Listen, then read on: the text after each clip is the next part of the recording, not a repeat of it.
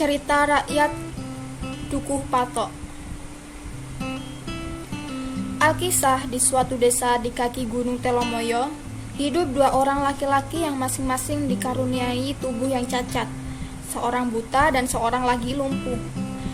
Cacat kedua orang itu dibawa sejak mereka lahir, meskipun mereka tidak lahir dari ibu dan ayah yang sama. Hari-hari dilalui oleh dua sahabat ini dengan penuh keikhlasan. Meskipun mereka cacat, namun tidak mengurangi upaya mereka untuk mandiri. Keduanya bekerja pada Tuan Karsa sebagai perawat kuda. Tuan Karsa yang kaya raya memiliki 5 ekor kuda. Kuda-kuda itu harus dimandikan di sungai dan diberi makan dengan cukup agar kuat dan sehat, karena setiap hari harus menarik pedati yang membawa Tuan Karsa menjual hasil bumi ke kota. Keduanya bekerja sama saling bantu-membantu untuk mencukupi kebutuhan hidup sehari-hari, baik di tempat kerja maupun di rumah.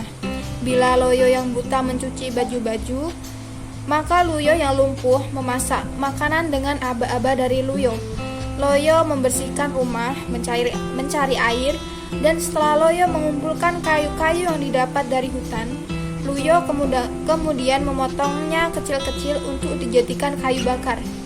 Keduanya begitu rukun, saling bahu-membahu tanpa ada rasa iri. Semua yang mereka lakukan berdasarkan rasa saling membutuhkan dan kasih sayang. Pada suatu hari, matahari masih bersinar dengan terik. Kedua sahabat itu berjalan pulang dari rumah Tuan Karsa. Biasanya si Dampo sangat penurut. Tidak seperti hari-hari yang lalu, hari ini mereka begitu lelah karena tadi ketika si Dampo dimandingkan begitu bertingkah. Biasanya si Dampo sangat penurut, jinak, dan manis sehingga hanya dalam waktu setengah jam Dampo telah selesai dimandikan. Namun siang itu lain daripada hari-hari yang lalu. Si Dampo tidak mau dipegangi sehingga membuat Loyo kewalahan karena harus mengeluarkan tenaga ekstra, dan baru setelah 1,5 jam selesai mereka memandikan Dampo. Perjalanan pulang menuju rumah mereka harus melewati sebuah hutan kecil. Luyo digendong oleh Loyo seperti biasanya, dan arena kelelahan keduanya kemudian sepakat untuk berhenti sejenak di bawah pohon beringin tua di pojok hutan.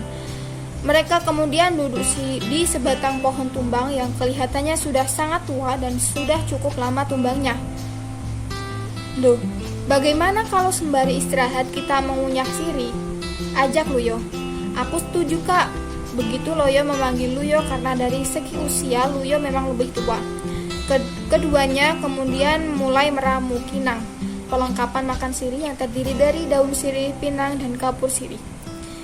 Saat mereka menemukan pinang yang akan digunakan untuk meramu sirih masih utuh, Luyo bermaksud mencari landasan untuk memotong-motongnya. "Lo, dipotong pakai landasan yang kita gunakan untuk duduk ini saja," kata Luyo sambil sedikit menggeser pantatnya agar masih ada ruang untuk Loyo memotong sirih. "Iya, Kak," jawab Loyo sambil mengeluarkan pisau dan mulai memotong pinang. "Hah? Apa ini, Kak? Mengapa landasan kayu yang kita duduki dan saya gunakan untuk landasan memotong pinang mengeluarkan getah? Aduh, mengapa getah yang keluar berbau amis sekali?" seru Loyo dan Luyo. "Coba kulihat," jawab Luyo sambil mengamati getah yang keluar dari landasan. "Loh, ini bukan getah pohon, namun darah," seru Luyo. "Yang benar, Kak," kata Loyo. Luyo kemudian menempelkan jemarinya yang terkena darah ke hidung Loyo untuk dibauhi, dan saat ia hendak menempelkan cairan itu ke hidung Loyo, Loyo mengangkat tangannya sehingga cairan itu sedikit mengenai mata kanan Loyo. Aneh, mata Loyo yang semula tidak dapat melihat kini dapat melihat. Dengan kagum dan masih diliputi rasa tidak percaya, ia memandangi sekelilingnya. Pohon-pohon berwarna coklat dan hijau, batuan, tanah, bunga cubung yang berwarna ungu, dan ketika ia menghadap, ia menyaksikan langit begitu biru, dihiasi burung-burung yang berterbangan, dan lebih terkejut saat dilihatnya Luyo. Ia berpikir, "Inikah yang dinamakan manusia? Berarti wujud dan rupaku juga hampir mirip dengan dia." Lalu ia berseru dan memanggil Luyo. "Kak, sebelah mataku yang terpercik getah itu dapat melihat." "Coba, Kak, kau percikkan lagi di sebelah kiri," pinta Loyo. Luyo segera mengulurkan tangannya yang masih terkena percikan getah landasan dan mengeluskannya ke mata kiri Loyo. Dan sekali lagi keajaiban muncul. Mata Loyo sebelah kiri setelah diolesi getah landasan oleh Luyo dapat melihat. Loyo kemudian bersujud di tanah mengucapkan syukur atas kesembuhannya. Lalu katanya, "Kak, coba aku balurkan getah itu di kakimu. Kalau juga ada keajaiban dari Tuhan sehingga kakimu bisa sembuh dong. Aku bisa jalan," kata Loyo dan Luyo. "Kak, cobalah," pinta Loyo setelah beberapa saat. Luyo belum mau menuruti permintaannya. "Baiklah, semoga Tuhan yang Maha Kuasa juga memberiku kesembuhan," kata Luyo. Dengan hati-hati, tangan Luyo yang masih berlepotan getah landasan dioleskan pada kedua kakinya, dan keajaiban selanjutnya terjadi. Kedua kaki Luyo bisa diangkat dan ia bisa berdiri tegak dengan kedua kakinya. "Terima kasih yang Maha Kuasa, Engkau telah membebaskanku dari penderitaan yang bertahun-tahun ini," Luyo berbisik dengan nangis sesegukan sambil bersujud mencium sang bumi tempat berpijak. Keduanya kemudian berbicara damai, berjingkrak, menari-nari, meluapkan kegembiraan mereka karena terbebas dari penderitaan yang telah disandangnya bertahun-tahun.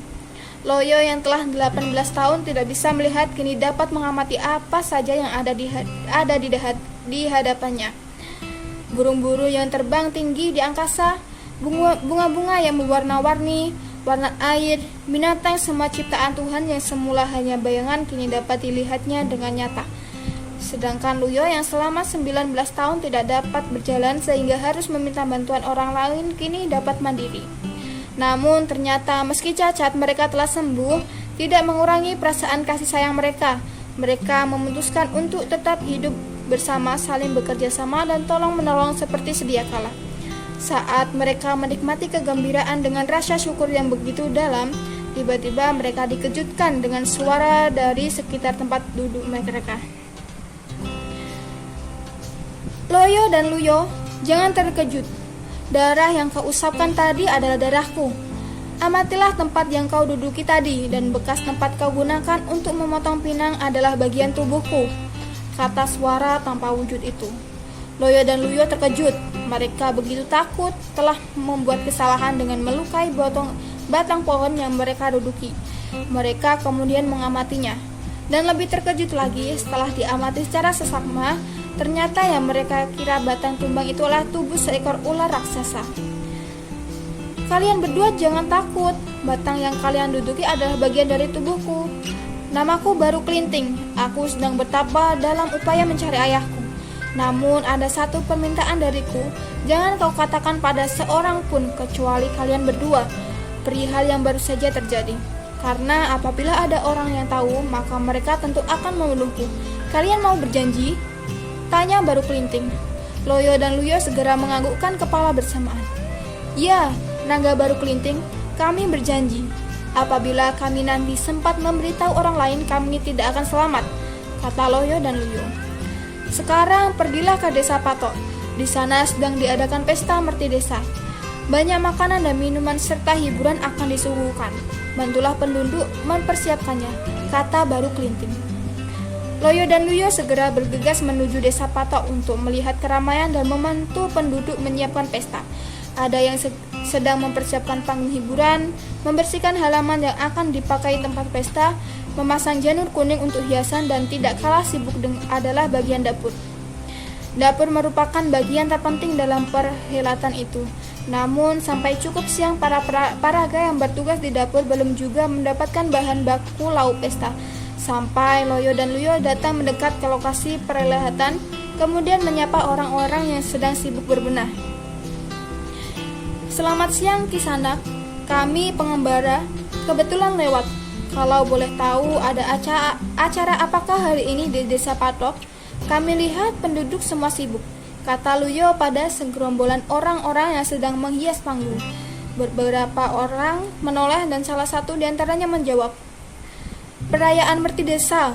Setiap setahun sekali diadakan keramaian untuk menghibur masyarakat dan keselamatan agar Tuhan Yang Maha Esa selalu memberikan kesejahteraan bagi desa Patok," jawab kepala desa. Di saat Loyo dan Luyo berbincang-bincang dengan penduduk yang sedang mempersiapkan pesta, datang beberapa orang dan melaporkan kepada kepala desa bahwa sampai siang itu mereka belum berhasil menemukan hewan buruan bakal lauk pesta. Terjadi sedikit keributan karena kepala desa menganggap bahwa orang-orang yang bertugas mencari hewan buruan tidak becus dalam bekerja dan petugas menjadi tersinggung. Melihat keributan itu, Loyo dan Luyo berusaha untuk menjadi penengah. Saudara sekalian, saat ini memang musim kemarau panjang, sehingga hewan buruan jarang muncul karena rumput mengeranggas. Untuk itu, apabila bapak-bapak berkenan, akan kami tunjukkan daging binatang yang dapat kalian suguhkan di perhelatan ini, kata Loyo tenang dan sedikit takut menyinggung kepala desa. Apa? Di sekitar sini ada daging binatang yang bisa dimasak, kata mereka serempak. Ya, mari ikut kami, kata Loyo. Saat mereka akan bergerak menuju tempat baru kelinting melingkarnya badannya di Bukit Telomoyo, Luyo berbisik pada Loyo. Lo, apa kamu lupa janji kita pada Ki Baru Kelinting? Loyo yang diingatkan terkejut dan lalu menjawabnya. Lupakan saja, dia hanya seekor ular, mana bisa kata-katanya bertuah. Yang penting kita dapat membantu penduduk agar kita dapat diterima di sini, jawab Loyo kalem. Loyo lupa bahwa mereka telah berjanji pada Ki Baru Kelinting bahwa mereka tidak akan memberitahukan pada siapa saja perihal Ki Baru Kelinting dengan taruhan keselamatan mereka. Bagaimana ini? Jadi menunjukkan pada kami lokasi binatang buruan yang dagingnya dapat dijadikan lauk pesta, kata kepala desa. Ya, mari kita segera berangkat, kata Loyo. Loyo menjadi petunjuk jalan bagi rombongan diikuti penduduk yang bersemangat mencari daging bakal lauk pesta. Sedangkan Luyo dengan perasaan bersalah dan takut mengkhianati janji mengikuti paling belakang. Setelah berjalan cukup jauh, sampailah di lokasi tempat mereka sembuh oleh percikan darah naga Baru Kelinting.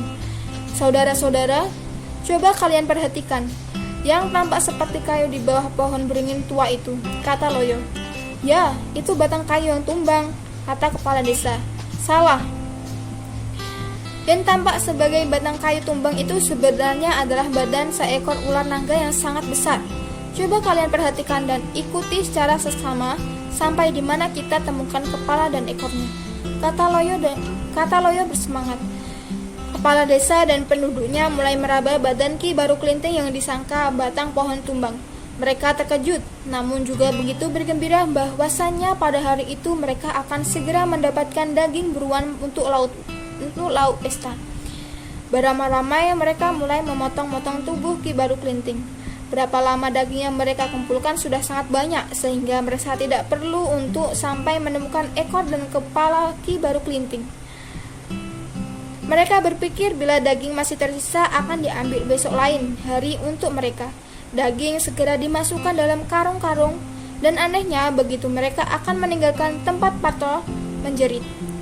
Kak Luyo, oh bagaimana ini? Semuanya jadi gelap gulita.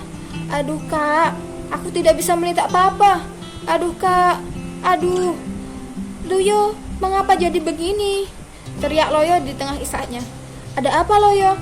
Kenapa kamu berteriak-teriak begitu? Jawab Luyo. Ternyata setelah penduduk memotong-motong tubuh Ki Baru Kelinting yang berupa ular raksasa, keajaiban terjadi. Kedua mata Loyo yang semula sudah dapat melihat kembali buta. Ya Tuhan, inilah mukamu karena aku ingkar janji. Ya Tuhan yang Maha Esa, ampuni aku. Begitu isak Loyo.